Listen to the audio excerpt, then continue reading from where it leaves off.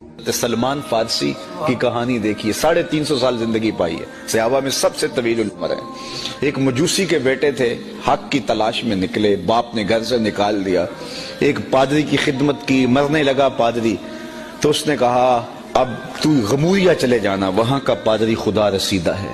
تو کہتے ہیں میں اس کی تدفین کے بعد غموریا آیا، پھر ساری زندگی اس کی خدمت کی۔ جب وہ مرنے لگا تو اس نے مجھے کہا کہ کوئی ایسا شخص نہیں ہے جس کے پاس میں تجھے اب بھیجوں، اب تو یثرب چلا جا، نبی آخر الزمان کی ہجرت گاہ ہے اور وہ وہاں تشریف لائیں گے۔ کہتے ہیں میں نے اس کو کہا کہ کوئی اور بھی تو ادعائے نبوت کر سکتا ہے، میں دھوکہ نہ کھا جاؤں، کہاں کہاں کی ٹھوکریں کھائی، ماں باپ کا گھر چھوڑا، بستے باغ چھوڑے، تو مجھے کوئی نشانی بتا دے۔ اس نے کہا 3 نشانیاں ہیں، صدقہ قبول نہیں کرے گا، ہدیہ چھوڑے گا نہیں، اور تیسری بات اس کی 2 کندھوں کے درمیان مہر نبوت ہوگی۔ کہا ایک قافلے سے جڑ گیا میں، انہوں نے مجھے پکڑ کے غلام بنا لیا، لیکن میری قسمت اچھی کہ بیچا جا کے مدینے میں، ایک یہودی نے مجھے خرید لیا اور میں اس دن کے انتظار میں اس کی نوکری کرتا رہا۔ کہا ایک دن میں اپنی کھجوروں پہ چڑھ کے باغ میں کھجوریں توڑ رہا تھا کہ ہواؤں میں مستی نہیں چھا گئی اور ہر سمت سے یہ گونج آنے لگی طلع البدر علینا۔ تو کہتے ہیں کہ ماحول کی خوشبو اور روحانیت مجھے بتا رہی تھی کہ یہ وہی آ گیا جس کا تو انتظار کر رہا ہے۔ کہتے ہیں مجھ سے صبر نہ ہو سکا، میں نے اوپر سے چھلانگ لگا دی اور دوڑ پڑا۔ میرے آقا نے سمجھا، یہودی آقا نے، کہ شاید غلام بھاگ گیا، اس نے دوڑ کے مجھے پکڑ لیا۔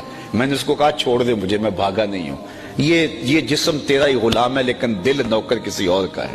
کہتے ہیں میں حضور کی خدمت میں گیا اور میں کھجوریں لے گیا تھا صدقے کی، جا کے میں نے پیش کی تو حضور نے فرمایا ہم نبی صدقہ نہیں کھایا کرتے۔ کہتے ہیں نشانی پوری ہو گئی۔ پھر ایک دن میں پھر گیا اور میں ہدیے کے طور پہ کھجوریں لے گیا تو حضور نے فرمایا ہاں یہ ہم لیں گے، قبول کر لیں۔